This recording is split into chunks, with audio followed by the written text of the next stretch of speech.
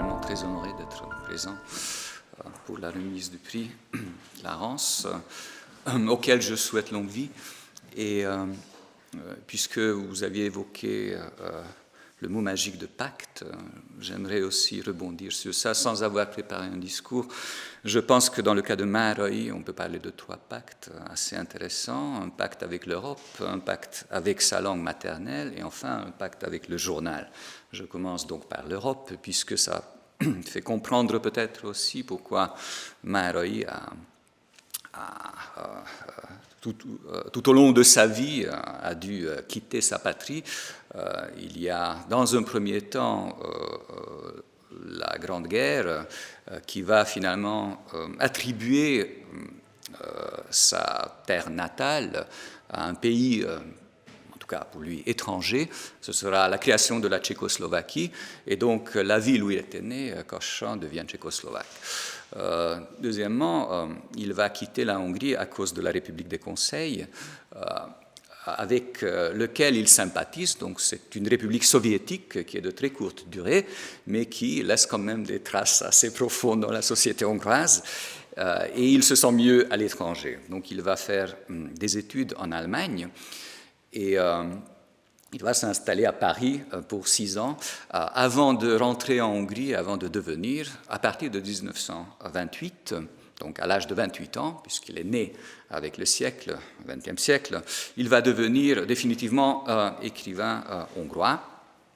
Mais 20 ans plus tard, en 1948, avec l'avènement du stalinisme en Hongrie, il va une nouvelle fois quitter sa patrie, cette fois-ci définitivement jusqu'en 1989, où il va se donner la mort aux États-Unis.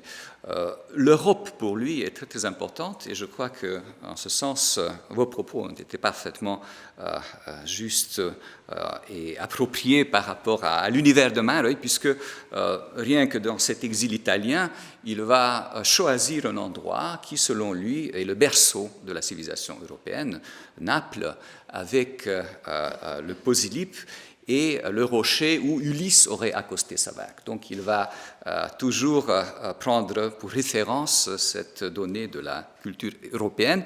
Et bien sûr, à travers cette culture, il va construire ces valeurs humanistes dont il ne voudra jamais se départir. Ensuite, il y a un aspect plus intéressant encore, le pacte avec la langue, puisque Maaroï, chaque fois quand il est exilé, or la plupart du temps il se trouve en exil, il a la possibilité de devenir un écrivain d'une langue autre que le hongrois. C'est le cas en Allemagne dans les années 20, où il s'essaie d'ailleurs à l'allemand en écrivant une pièce de théâtre en allemand, qui n'a jamais été publié finalement, et qu'il considérait comme mauvais et qui aussi a définitivement poussé à ne plus s'essayer à l'allemand, alors qu'il écrivait quand même pour le Frankfurter Zeitung. Donc son allemand était parfait. Une deuxième fois alors, en 1948, quand il quitte définitivement la Hongrie, il a la possibilité soit de devenir écrivain allemand une deuxième fois, avec son réseau et ses relations, soit de changer de langue et devenir aux États-Unis écrivain de langue anglaise, avec un marché plus important que celui des exilés hongrois qu'il essaye toujours de fidéliser en publiant dans des revues différentes qui paraissent à Munich, à Rio de Janeiro, mais qui sont lues par une poignée de gens. Et finalement, il dit que non, ma seule patrie est ma langue, c'est-à-dire la langue hongroise, et il sera fidèle jusqu'au dernier jour de sa vie, tout en s'inquiétant en même temps de la perte de cette langue, puisqu'il est complètement coupé d'un milieu hongrois. Et dans le journal, on peut très bien voir qu'il se pose des questions sur les nuances, sur des suffixes à un moment donné. Et alors, pour trouver refuge, il se ressource dans la littérature hongroise classique, notamment 2 écrivains très chers, le romancier Krudi, Gyula Krudi, qui a été d'ailleurs également publié chez Albin Michel, et le poète Arany, János Arany, qui est le grand poète du XIXe siècle, traducteur aussi de Shakespeare. Et donc, ces 2 écrivains vont devenir sa lecture quotidienne à un moment donné, et grâce à ces écrivains, il va conserver la langue. Mais le troisième pacte, le plus intéressant peut-être aujourd'hui, puisqu'il y a aussi il y a Monsieur le Jeune, donc le pacte est particulièrement autobiographique, le pacte du journal, et il va abandonner son activité de journaliste, qui était très importante dès ses débuts, à partir de 1943. Donc il va aussi renoncer à écrire des romans, peut-être dans un premier temps, il va juste réduire son activité de romancier, mais au fur et à mesure des années, il va se consacrer de plus en plus au journal. À un tel point qu'on dit que Maaroy, après son exil, était pratiquement devenu un diariste et pas un romancier. Et si on compare évidemment le volume de ses écrits, on voit que le journal prend le dessus de loin. Et qu'est-ce qui se passe alors? Pourquoi cette impulsion? Et là, je vais aussi m'arrêter. C'est sans doute l'influence de Jules Renard qui est déterminante, puisque c'est Jules Renard qui n'est pas un très grand écrivain, mais qui est un immense diariste, et il découvre qu'on peut, à la place de la surface, dit Maaroy, c'est-à-dire la fiction est toujours une écriture de surface. On peut plonger davantage dans notre univers individuel et dégager des choses qui soient peut-être pas destinées tout de suite à un public, mais qui permettent de dire beaucoup plus de choses et des choses beaucoup plus authentiques sur l'individu que la fiction. Et donc il va faire aussi un acte de courage. En effet, en 1943, ce n'est pas du tout évident, encore moins en 1944, quand la Hongrie sera occupée par l'Allemagne.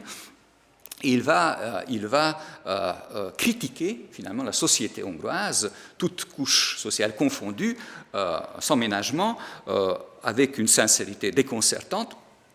Et il va toujours refuser de faire le pacte avec le pouvoir, ce qui finalement va le pousser aussi à quitter en 1948 définitivement son pays. Donc ce journal qui prend forme à partir de 1943 devient dominant avec l'exil définitif de 1948. Et juste le dernier mot sur le choix que nous avons fait. Maaroy, qui en Hongrie était toujours considéré comme un grand auteur de journal et comme un romancier moyen. C'est assez intéressant parce qu'à l'étranger, on l'a découvert surtout comme romancier, et peu à peu, on le découvre aussi que c'est un excellent diariste. Il a laissé donc, comme quand il a mentionné, 5 volumes de journal de son vivant, plus un journal posthume, mais qui a été fortement tronqué par sa relecture. De façon à pouvoir, il avait légué, n'ayant pas d'héritier direct, il avait légué à son éditeur